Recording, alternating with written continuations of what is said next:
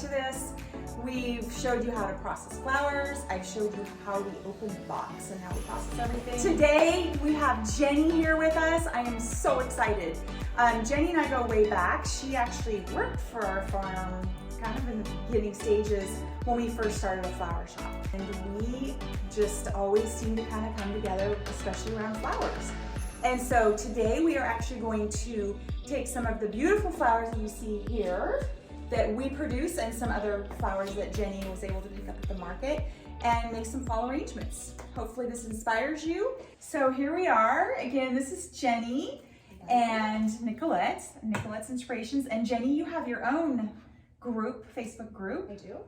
And what is it that you do with your group? And it's a DIY flower designers community, so I teach people how to do flowers at home.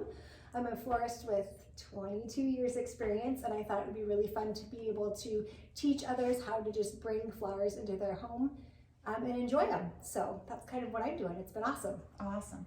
Well, thanks for being here. Yeah. And again, I think we're just gonna start designing and maybe chit chat as we design. First thing we're gonna do is we're gonna show you an arrangement that we're gonna do with Oasis. Of course, you can do different arrangements, either in the vase or in Oasis, but we're gonna start out with Oasis.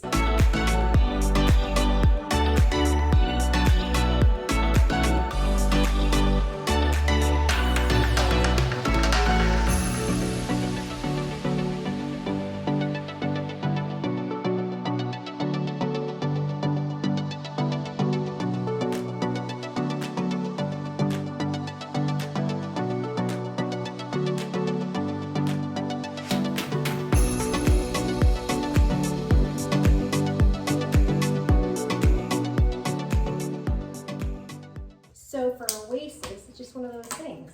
You just gotta kind of work with it. So yeah, so again, we're cutting, literally cutting pieces so that they fit, because you want it to be very sturdy in there. Now, some people tape, some people do tape. I usually don't, because I usually have pretty firm Oasis in there. I make sure that it's really firm in there. If you're using it for, right now, we're just designing for more fun. Right. If we were doing it for an event, we definitely would probably make sure it's more secure. Yeah, right? absolutely. So yeah, I've got mine to the right height. You can score your corners. Some people like to score them. You don't have to do that. It's totally up to you. Mine's probably not going to be as sturdy as it needs to be because of how I had to build it up a little bit, but it'll be able to wedge it in there. Yeah. So I didn't show you this, but inside this container, it's not necessarily watertight. So I actually found this plastic container and I put it inside this just to make sure that it doesn't leak. Because the last thing you want is to have this sitting on a table or something and have it leak on your table. I always say green first. Right. But some people might not. I like to create the shape with greens. That's kind of my jam. And I like Salal, so that's why Nicolette stuck the Salal over here. We have a lot of access to Salal. Now, we also have Eucalyptus that we brought in from California, and we've got, and I think I've showed you some other videos, but we actually have baby Eucalyptus. Yep. We have Silver Dollar. That's $1. And it smells delicious. And then we have, oh, look at that, we have 2 bunches of seeded eucalyptus. Just another tip too is Jenny and I are using, what do you call these, shears? Shears, and Clausen is the brand. And these are amazing. Now, some people use knives. I personally, I know when you and I first met, you used the knife a lot. I did. I've never really used them because I just think I'm too klutzy. I would probably cut myself all the time. I use knives sometimes, but I use my clippers more because I'm using more woody stems. Well, just so you guys know too, this Salal, there's 2 different kinds of Salal that we sell as a company. This is Salal Tall or Salal Long. They also call this Lemon Leaf. So we actually sell this in tall and also tips. So I start with Salal all the time, just to green it up for that kind of a lot. Right. Stuff. I think I found when I would add flowers first, it just didn't ever look right. So I think that's why I went to learning the green better. It just gives it like a base and like a foundation. Yeah. I think I learned like when I was young, it's funny because I've been in the flower industry pretty much my entire life, but I didn't really know, like if I brought flowers home, I didn't really know how to arrange them. And so I decided when I was in my 20s, I decided to just take a local like college class because I wanted to learn how to design flowers.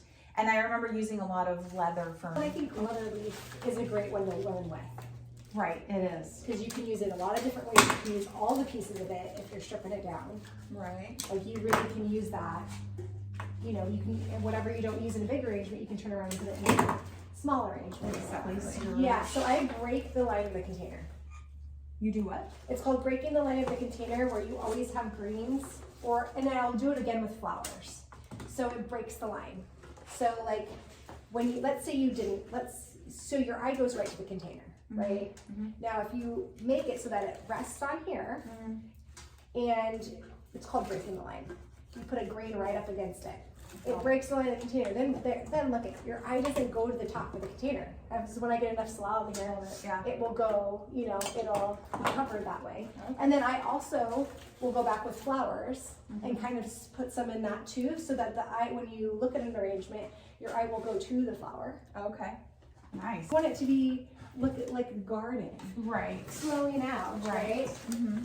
And I think the way you kind of accomplish that is by making it feel like it's not in a container really, per se, exactly. So that's where I think that concept comes from. So as far as how much salal you use, like of course we have quite a bit to use, but some people don't have as much product or, you know, access to product. This is where you moss it. Moss, that's a great idea. If you don't have a lot of greens, first I would moss this. Awesome. So that way it camouflages the whole Oasis brick, a lot of it. Like the moss would go down at the bottom of the container. Love it. Yeah. Fluff it out of the top, so then you don't have to cover the whole thing, and then you can kind of make it look like a natural scape that way.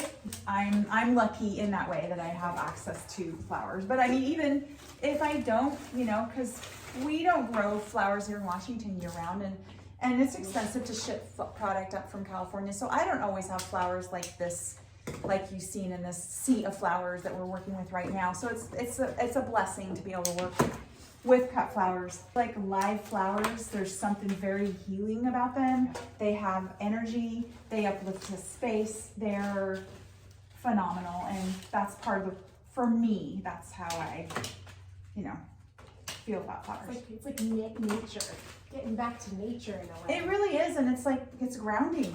It is.